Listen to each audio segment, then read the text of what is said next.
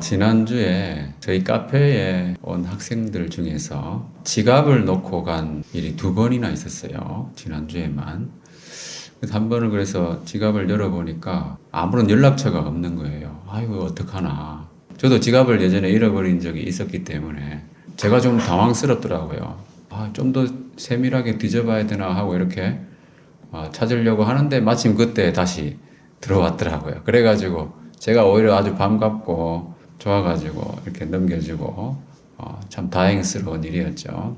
근데 2번째 거는 지갑을 딱 열어보니까 습득시에 연락 주시면 감사하겠습니다 하면서 예쁘게 그 전화번호를 써놨더라고요. 그래서 제가 바로 전화를 했죠. 본인은 그때까지 잃어버린지 모르고 있더라고요. 그래서 얼마 안 간 상태에서 제가 테이블 정리하다가 발견해가지고 그렇게 지갑을 찾아줬습니다. 여러분, 지갑이 왜 중요합니까? 신분증도 있고요. 거기 보면은 뭐 신용카드들도 있고 또 자기가 뭐 필요한 메모 같은 것들도 거기 제가 다 본 건 아니지만 여러분도 자기 지갑에다가 그런 중요한 것들을 다 넣어 놓잖아요. 각 개인의 여러 정보가 모여 있는 것이 지갑입니다.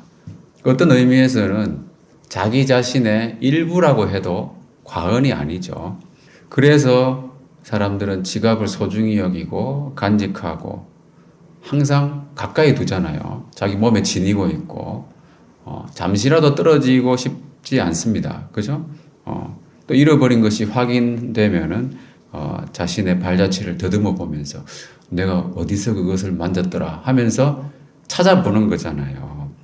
지갑뿐이 아니잖아요. 요즘은 지갑을 대신하는 것이 휴대폰이 지갑을 많이 대신하잖아요. 휴대폰도 항상 가까이 둡니다. 자기가 가진 것들 중에서 소중히 여기는 것들에 대해서는 잠시라도 떨어지지 않으려고 하고 또 그것이 사라졌을 때는 아주 민감하게 반응한다는 거죠. 왜냐하면 자기 자신의 일부기 때문에 그런 거예요. 자, 주보에도 나와 있지만은 지난주 메시지에서 우리는 하나님 말씀에 근거한 생활을 해야 한다고 했었죠. 그 이유가 뭐였습니까? 하나님의 말씀이 우리의 존재와 또 소유의 근본이라고 했었잖아요. 하나님의 말씀은 일부가 아니라 모든 것이에요. 전부입니다.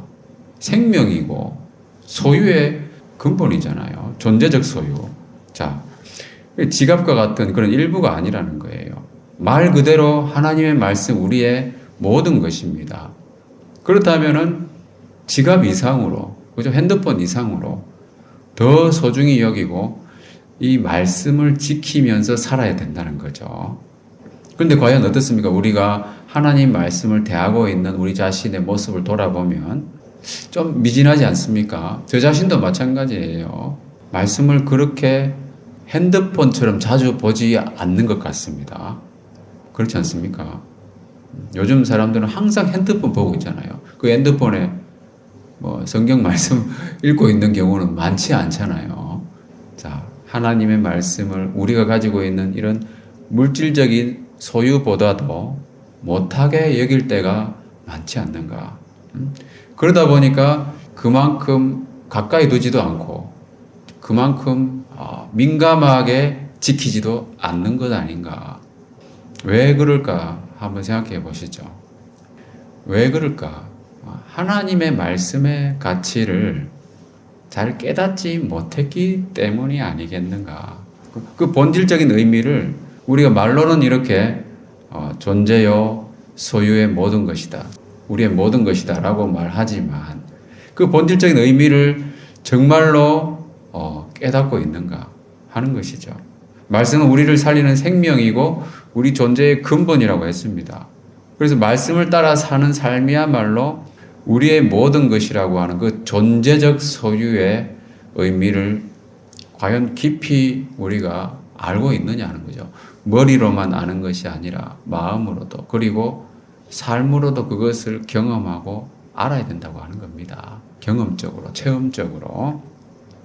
그래서 우리가 말씀을 소중히 여기고 지키는 생활을 해야 한다는 것은 알고 있는데 그러기 위해서는 해라 해서 하는 게 아니고요.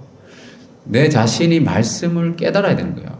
하나님의 은혜를 깨달아야 되는 것이고, 세상에 우리가 접할 수 있는 정보가 얼마나 많습니까? 홍수입니다. 말 그대로 홍수예요. 정보의 홍수 속에서 하나님 말씀은 그저 원 오브 댐이 아니라는 겁니다. 그것은 아주 특별한 것이고 위대한 것이고 우리의 모든 것이다 하는 거예요.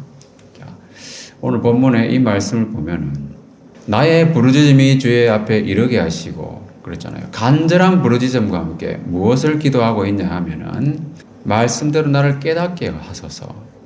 깨달음을 얻게 해달라고 기도하고 있습니다. 사람이 깨닫는 것은 여러 종류가 있을 수 있습니다. 자, 예를 들면 깨달음의 종교라고 할 수 있는 게 있잖아요. 불교가 그런 것이죠. 수행을 통해서 자신을 깨닫는 거죠. 그리고 인간의 현상을 깨닫는 거예요. 그러면 득도하는 거죠, 말하자면. 근데 그 깨달음에는 분명히 한계가 존재하는 거죠. 그 결론이 뭡니까? 불교에서 그 깨달은 결론이 뭐냐 하면 없을 무자로 표현될 수 있는 거잖아요. 인생은 무상하다. 그게 깨달은 결과예요.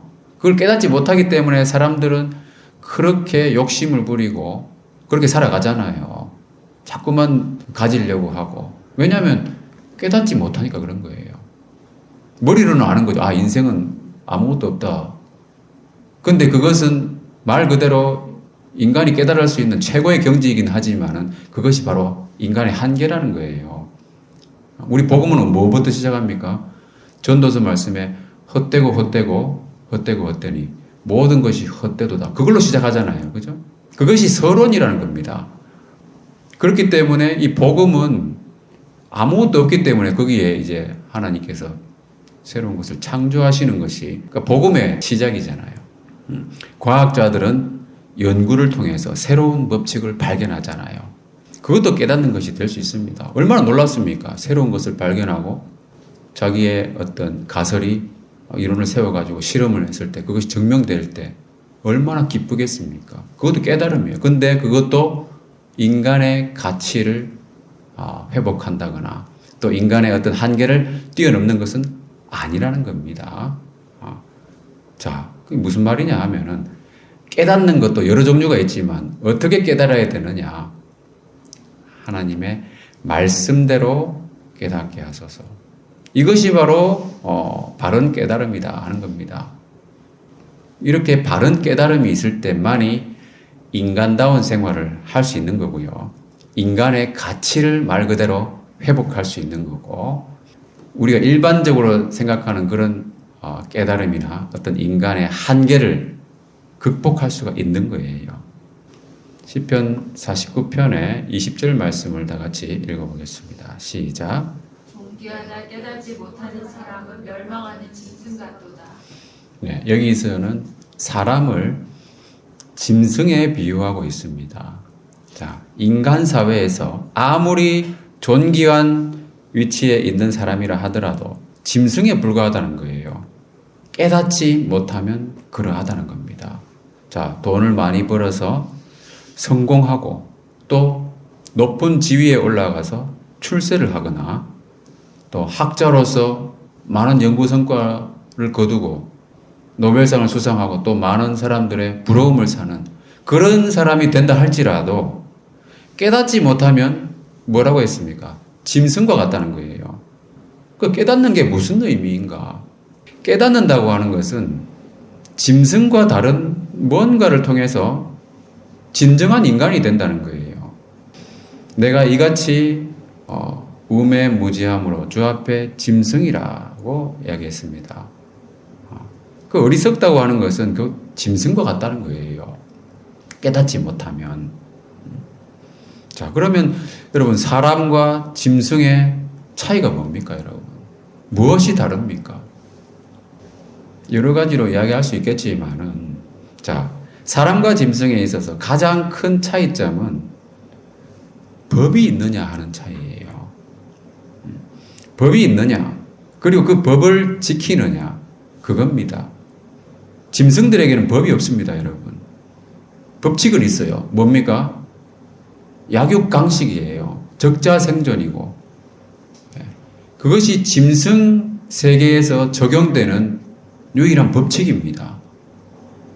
여러분, 그나마 길들여진 짐승들을 우리가 자주 보기 때문에 그들에게도 법이 있는 것처럼 여겨지잖아요. 그렇지 않습니까? 우리가 지금 볼 수 있는 짐승들은 대부분 길들여져 있는 거예요. 사람에 의해서 다스려진 겁니다. 그러나 길들여지지 않은 짐승들을 보세요. 야생동물들. 거긴 법이 없습니다. 그냥 강한 자가 약한 자를 먹는 거예요. 그런 약육강식, 적자생존의 법칙만이 통하는 곳이 바로 짐승들의 세계라는 거예요. 반면에 사람에게는 법이 있잖아요. 그죠? 자, 그럼 사람이 깨닫지 못하면 짐승과 같다고 그랬는데 법이 있는데 왜 우리를 짐승이라고 하느냐? 자, 법이 있다고 해서 여러분 짐승과 다릅니까? 과연 다를까요? 각 나라마다 법이 있잖아요. 우리나라는 민주공화국이기 때문에 민주공화국에 맞는 헌법이 있습니다. 여러분, 북한에도 법이 있습니다. 인민공화국 헌법이 있는 거예요. 그 사람들은 용어가 다르지 인민공화국이라고 말하잖아요. 그들도 법이 있는 거예요. 그러면 어떤 것이 더 나은 법이냐? 그렇게 평가가 되잖아요. 여러분, 우리가 조선민주주의 인민공화국의 법을 따를 수 있겠습니까? 그 법을 채택할 수 있겠습니까? 아니잖아요. 왜 그렇게 생각하십니까? 그 법은 정의롭지 않다고 생각하잖아요. 그렇지 않습니까? 우리나라의 법은 정의롭습니까? 정의로운 부분도 있고 아닌 부분도 있죠. 그죠? 자, 법이 있다고 해서 우리가 짐승과 다른가? 여러분, 가진 자를 위한 법이라는 이야기 들어보셨죠? 법에는 분명히 그런 측면이 있어요. 법이 사회적 정의를 실현하고 약자를 보호하는 역할을 하기보다는 권력이나 부를 가진 사람들의 이익을 보호하는 데 집중되어 있다. 이런 비판이 있어요. 가진 자의 이익을 옹호하는 방식으로 법이 작동한다는 겁니다. 그래서 가진 자들, 예를 들면은 사회적인 권력이나 정치적인 영향력이나 정보력을 가진 사람들이 법조항을 자신의 이익에 맞게 해석하는 거죠. 그 유리한 방향으로 활용하는 데에 그 사람들은 자기들의 영향력을 행사한다는 겁니다. 그래서 오히려 법이 사회적인 불평등을 심화시키는 역할도 하고 있습니다. 그래서 자꾸 법을 바꾸고 개정하고 수정하고 하는 거예요. 자, 이런 현상은 법의 그러한 모습을 보면은 법의 테두리 내에서 강자가 약자를 억압하는 모습이라는 거예요. 자, 전도서 4장 말씀을 보면은 다 같이 한번 읽어보겠습니다. 시작. 내가 다시 해 아래에서 행하는 모든 학대를 살펴보았도다. 보라, 학대받는 자들의 눈물이로다. 그들에게 위로자가 없도다. 그들을 학대하는 자들의 손에는 권세가 있으나 그들에게는 위로자가 없도다. 여러분, 해 아래 사람들에겐 법이 있습니다. 그런데 그 법은 말 그대로 약육강식을 점잖게 실현하는 그런 형태에 불과하다는 겁니다. 짐승의 세계와 무엇이 다릅니까? 그래서 깨달아야 된다고 하는 거예요. 이 말씀이 쓰여질 당시에도 분명히 법이 있었을 거 아닙니까? 전도서 5장 8절 말씀에 보면은 너는 어느 지방에서든지 빈민을 학대하는 것과 정의와 공의를 짓밟는 것을 볼지라도 그것을 이상히 여기지 말라. 높은 자는 더 높은 자가 감찰하고 또 그들보다 더 높은 자들도 있음이니라. 자, 깨닫지 못하는 사람은요, 더 높은 자가 감찰하고 있다는 것을 모른다는 겁니다. 그래서 그들은 짐승처럼 살아가는 거예요. 약육강식의 그 짐승의 세계와 다를 바가 없는 거예요. 그러나 분명한 것은 그보다 더 높은 자가 감찰하고 또 그들보다 더 높은 자들도 있다고 했습니다. 더 높은 자 위에는 가장 높으신 분, 지극히 높으신 하나님이 살아계셔서 감찰하신다고 하는 사실입니다. 그것을 깨달아야 되는 거예요. 그래야만이 이와 같은 짐승과 같은 삶을 극복한다는 겁니다. 약육강식이 통하는 그런 불의한 법으로는 짐승의 한계에 머무를 뿐이라는 거예요. 그래서 짐승스럽지 않은 법이 필요한 거예요. 오늘 본문의 첫 번째 구절이잖아요. 이 말씀 보면은 고관들이 거짓으로 나를 핍박하거나 나의 마음은 주의 말씀만 경외한다 그랬어요. 고관들이라고 하는 것이 바로 공권력이잖아요. 권력을 가진 사람들입니다. 그러나 깨달은 사람은 뭡니까? 이 사람들의 권위보다도, 이 사람들의 권력보다도, 이 사람들은 거짓으로 나를 핍박한다고 그랬잖아요. 이 사람들의 권력보다도 더 높은 데 계신, 지극히 높으신 하나님의 위엄을 생각한다는 겁니다. 그래서 주님의 말씀만 경외하나이다. 이 사람들의 그 공권력보다도 하나님 말씀을 더 두려워한다는 거예요. 하나님의 법이 가장 높은 데 있고 또 최종적으로는 거기에 따라서 심판을 받는다는 것을 안다는 겁니다. 그러니까 이 사람은 생명보다도 공권력이 자기를 죽일 수도 있고 해를 가할 수도 있잖아요. 그렇지만 생명보다도 하나님 말씀을 지키려고 하는 거예요. 신앙을 지키다가 실제로 공권력에게 부당하게 피해를 입은 사람들 많이 있습니다. 법에도 상위법이 있고 하위법이 있는 거예요. 법 체계가 존재한다는 겁니다. 불의한 법이 있다고 하면은 그것을 판단하는 높은 법이 있고요. 지극히 높으신 하나님께서 최상위 법으로 나중에 판결을 하실 겁니다. 인간의 모든 불완전한 법 위에 하나님의 법이 있는 거예요. 그 깨닫는 자는 그 하나님의 법을 알고 정말로 인간다운 삶을 살아가는 것이죠. 그게 바로 인간다운 삶이에요. 핍박을 받고 고난을 겪고 한다 하더라도 짐승과 달리 인간다운 생활을 한다고 하는 것은 이 법대로 산다고 하는 것인데 그 법은요 약육강식의 그런 부조리한 불의한 법이 아니고 정말 의로운 법이라고 하는 겁니다. 그러니까 하나님의 법은 의로운 법이기 때문에 그 법을 지키며 살아가는 것이 정말로 진정한 이 인간다운 삶이라는 겁니다. 자, 법을 다루는 사람들 우리가 보면은 법 전문가들이 오히려 법을 잘 알기 때문에 법망을 교묘하게 피해 가잖아요. 그것이 사람들의 눈은 피할 수 있지만은 하나님 앞에서는 불가능하다는 거예요. 자, 이 말씀 보면은 내가 주님의 증거들을 지켰습니다. 나의 모든 행위가 주 앞에 있다고 이렇게 고백하고 있잖아요. 하나님은 다 보고 계신다는 거예요. 그 사람은 속일 수도 있어요. 그렇지만 하나님은 속일 수가 없다. 깨닫는 사람은 이것을 아는 거예요. 그러니까 사람을 속이는 그런 위선적인 행동을 하지 않는 것이죠. 그게 바로 인간다운 삶이라는 겁니다. 그리고 하나님의 법은 강자에게 유리하거나 또는 약자에게 불리하거나 그런 법이 아니라는 겁니다. 그렇다고 해서 꼭 약자의 편도 아니에요. 자, 레위기 말씀을 다 같이 읽어보겠습니다. 시작. 너희는 재판할 때 불의를 행하지 말며 가난한 자의 편을 들지 말며 세력 있는 자라고 두둔하지 말고 공의로 사람을 재판하시며. 이 말씀 보면은 공의로 재판하라고 하시잖아요. 자, 어떻습니까? 세력 있는 자를 두둔하지 말라. 마땅히 그래야 되잖아요. 근데 여긴 또 뭐라고 되어 있습니까? 가난한 자의 편을 들지 말라는 거예요. 가난한 자도 분명히 죄가 있을 수 있잖아요. 그죠? 약자도 범죄합니다. 오히려 더 많을 수도 있고요. 모르는 겁니다. 그죠? 오직 공의로 사람을 재판하라고 하시는 거예요. 그래서 하나님의 법은 정의롭고 완전한 법, 하나님의 말씀입니다. 자, 출애굽기 말씀도 보면은 너희의 생명을 대속하기 위하여 여호와께 드릴 때에 부자라고 반세계를 더 내지 말고 가난한 자라고 덜 내지도 말라고 말씀하고 계신 거예요. 자, 생명의 속전입니다. 똑같이 내라는 겁니다. 부자나 가난한 자나.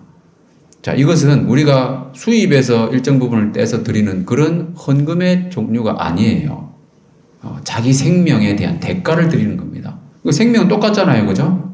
모든 사람은 생명은 하나, 똑같은 거예요. 그러니까 공평한 하나님의 법, 뭡니까? 부자나 가난한 자나 똑같이 내라는 겁니다. 목숨을 살려주신 그 구원에 대한 값은 다를 수가 없는 거예요. 그 생명의 속전은 똑같아야 한다는 말씀. 얼마나 정의로운 법입니까, 여러분?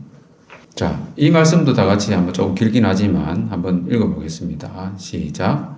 네 이웃에게 무엇을 구워줄 때 너는 그의 집에 들어가서 전당물을 취하지 말고 너는 밖에 서 있고 네게 꾸는 자가 전당물을 밖으로 가지고 나와서 네게 줄 것이며 그가 가난한 자이면 너는 그의 전당물을 가지고 자지 말고 해질 때에 그 전당물을 반드시 그에게 돌려줄 것이라.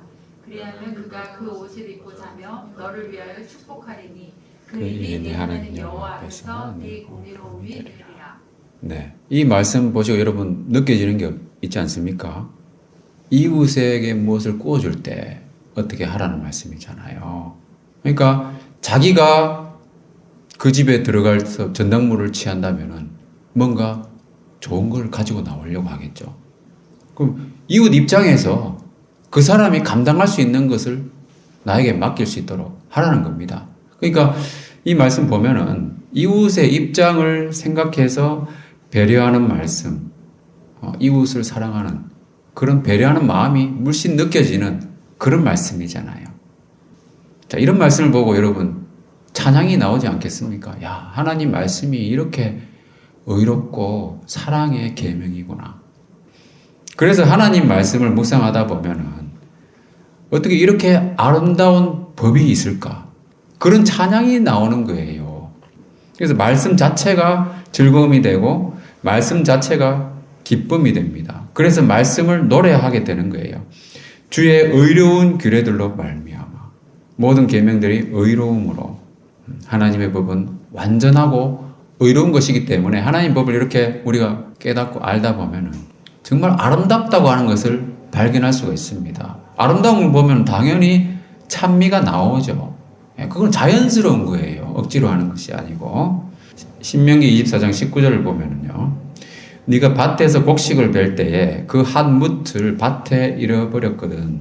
다시 가서 가져오지 말고 나그네와 고아와 과부를 위하여 남겨두라. 그리하면 내 하나님 여호와께서 내 손으로 하는 모든 일에 복을 내리시리라 그랬습니다. 참 놀랍지 않습니까, 여러분? 우리도 뭔가 놓치고 온 게 있으면 딱 생각나면 가지러 가잖아요. 근데 가지러 가지 말라고 하시잖아요.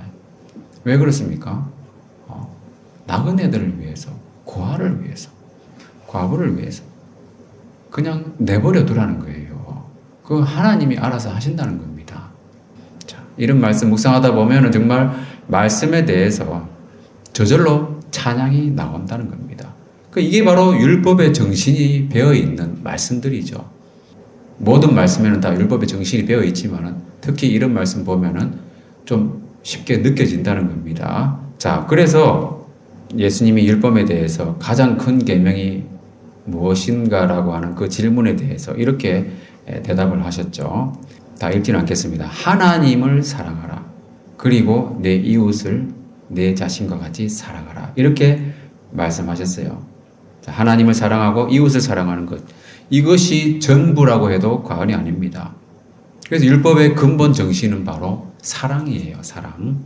그래서 하나님의 법이라고 하는 것은 한마디로 말하면 사랑의 법으로 요약되는 겁니다. 사랑의 법으로 요약되는 하나님의 법이 유일한 짐승방지법이에요. 인간의 법이 있다고 해가지고 다 그것이 의로운 법이 아니잖아요.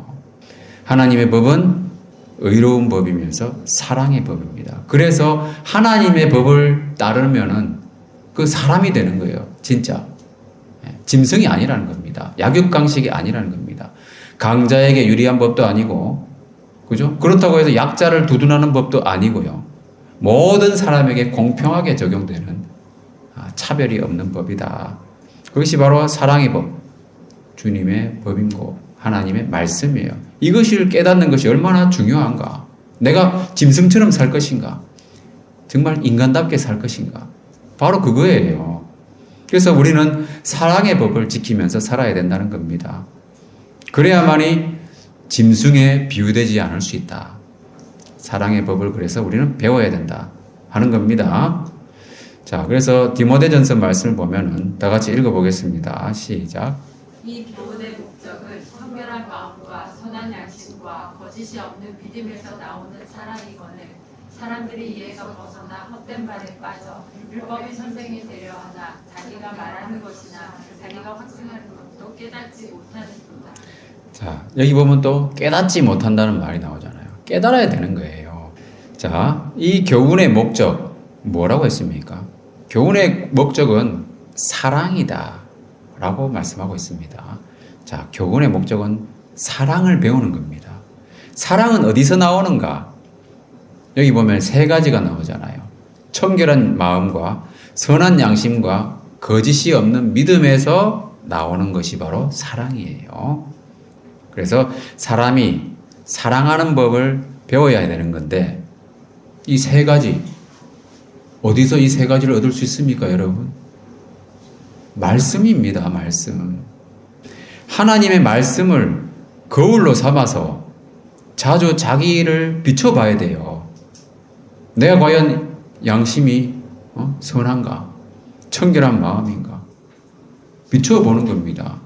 그 말씀의 교훈을 통해서 우리가 믿음도 말씀에서 나온다고 했잖아요. 그죠? 그러니까 이 사랑이라고 하는 것은 결국 이 말씀의 교훈을 통해서 이 세 가지를 얻을 수 있는 것이고 또 거기서 사랑이 나오는 거예요. 그 사랑이라고 하는 것이 무조건 잘해주는 게 아니잖아요. 그죠? 말씀의 가치를 깨달으면은 사랑의 교훈을 배우게 되고 하늘의 법을 따르게 된다는 겁니다. 그리고 그 말씀 조금 전에 우리가 쭉 본 말씀들 봤지만 그 말씀 자체로 즐거워하게 되는 거예요.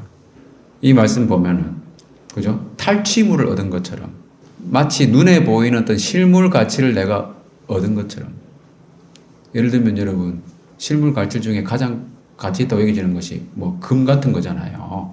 뭐 보석 종류 그거를 실제로 눈에 보고 있는 것처럼 즐거워하는 거예요.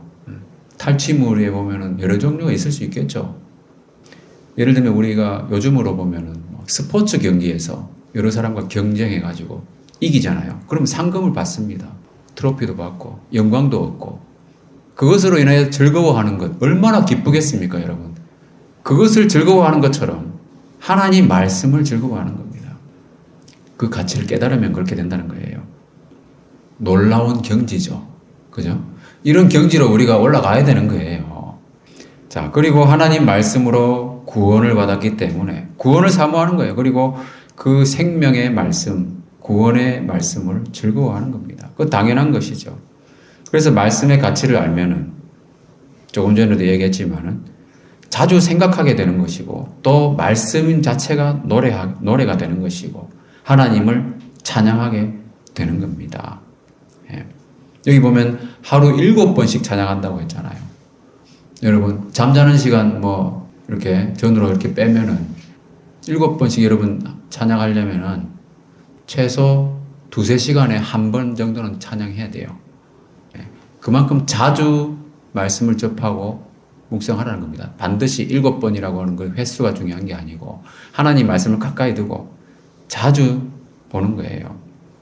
그러니까 그렇게 하는 방법 중에 하나는 자기가 좋아하는 말씀, 자기에게 힘이 되는 말씀들을 자주 보이는 곳에 붙여놓는다든가 뭐 그런 방법들을 통해서 할 수 있겠죠. 여기저기 붙여놓는 거예요. 그 말씀을 자꾸 보면서 그것으로 기도하고 기억하면서 찬양하고 그렇게 하는 겁니다. 그것이 바로 말씀을 사랑하는 겁니다.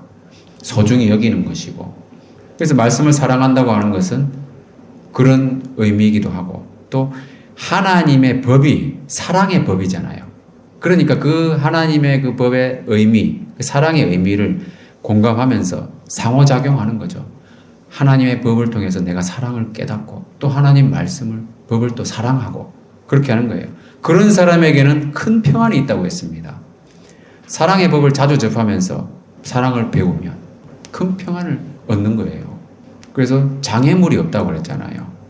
자, 여러분 사랑하면 먼저 생각나는 게 성령의 열매잖아요. 그죠? 사랑은 우리가 억지로 뭐 한다고 해서 생겨나는 게 아닙니다, 여러분. 기질적으로 좀 너그러운 사람은 있을 수 있어요. 그건 사랑하고 좀 별개의 문제입니다. 자, 사랑은 뭡니까? 성령의 열매입니다. 그래서 성령의 열매들 보면은 사랑도 있고 희락도 있고 화평도 있습니다. 그죠? 조금 전에 말한 그 평안입니다. 평안. 아름다운 열매들이잖아요. 이 성령의 열매들은 금지할 법이 없다고 그랬어요. 장애물이 없다는 겁니다. 그래서 우리가 완전한 평안을 누리는 거죠. 거치는 것이 없기 때문에 거슬리는 게 없잖아요. 그죠? 그래서 사랑의 법으로 산다고 하는 것은 그만큼 평안하고 기쁘고 즐거운 일이다. 그리고 여기 보면 희락도 있잖아요. 희락, 그죠? 즐거워하고 기뻐하는 겁니다. 이것이 바로 인간다운 삶이다. 그렇다면 우리는 어떻게 해야 되겠느냐?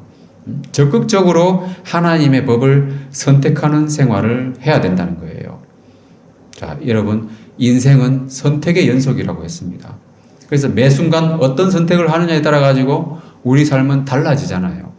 중요한 결정을 내릴 때도 또 작은 일을 처리할 때도 자주 하나님의 뜻을 물어보고 주님의 법도들을 택해야 되는 거예요. 여기 보면은 내가 주의 법도들을 택하였사오니 그렇게 되면 어떻게 됩니까? 주님의 손이 도와주신다는 겁니다. 주님의 손이 항상 나의 도움이 되게 하소서. 주님의 손의 도우심을 경험하게 된다는 겁니다.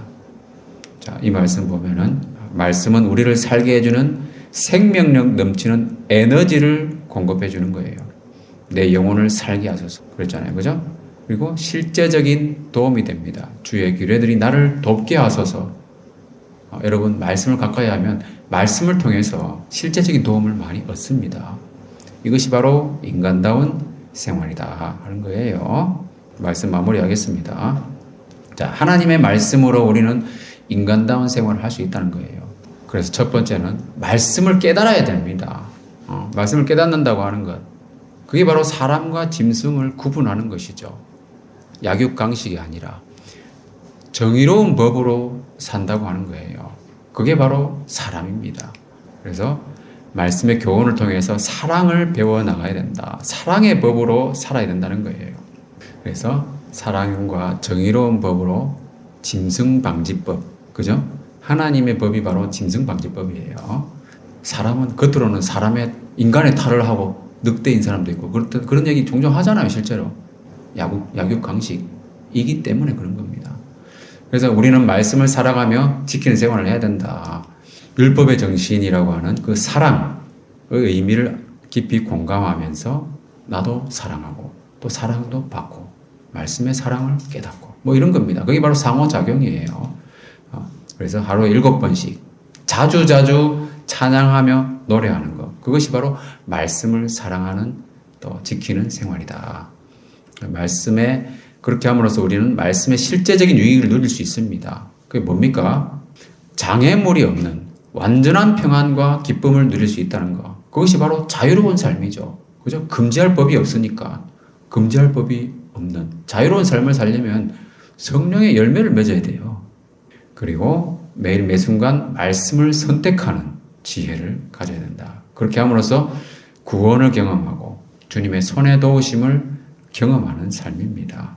자, 오늘 본문의 마지막 말씀을 보면은 약간 저도 이 말씀 보면서 약간 참 모순적이지 않는가 이런 생각을 했어요. 왜냐하면은 내가 주의 계명들을 잊지 아니하였는데 왜 이런 양같이 방황한다고 말씀하고 있는가? 이해가 안 됐어요. 머리가 복잡해졌습니다. 그렇지만은 우리가 알 수 있는 건 뭐냐 하면은 우리는 주님이 부르셔서 우리가 하늘에 갈 때까지 끊임없는 도전의 직면에 있는 우리 인생이다 하는 것을 생각하게 되더라고요. 그렇지 않습니까? 우리가 말씀을 자주 기억하고 하지만 우리 매번 넘어지고 방황하잖아요. 그런 겁니다. 그래서 우리가 기억해야 될 것은 뭐냐 하면은 우리는 양이라고 하는 것을 반드시 기억해야 돼요. 결코 우리는 늑대나 사자가 아니라는 겁니다. 우리는 그런 독립적인 생활을 하면서 사냥을 하면서 살아가는 그런 존재가 아니라는 거예요. 목자가 필요한 양이라는 겁니다. 그래서 베드로전서 말씀 다 같이 마지막 말씀 읽어보겠습니다. 시작. 귀신아라 깨어라 너희 대적 마귀가 우는 사자같이 두루다니며 삼킬 자를 찾나니 너희는 믿음을 굳건하게 하여 그를 대적하라. 네, 세상은 우는 사자같이 삼킬 자를 찾는다고 그랬어요. 바로 약육강식의 세상이죠. 인간 사회가 이렇습니다. 실제로. 그래서 그것을 극복하려면 어떻게 됩니까? 우리는 인간이 되어야 되잖아요. 그럼 사랑의 법, 믿음의 법, 하나님의 법을 통해서 우리는 인간답게 살고 믿음을 굳게 하여 세상을 살아가야 된다고 하는 겁니다. 그 유일한 길은 뭡니까? 빛과 진리와 생명인 말씀을 기억해야 됩니다. 그래서 말씀으로 인간다운 생활을 하는 것이고, 그럼으로써 이 어두운 세상에서 방황하지 않고 견고한 인생을 살게 됩니다. 그러한 인생 사시기를 주님의 이름으로 축원합니다.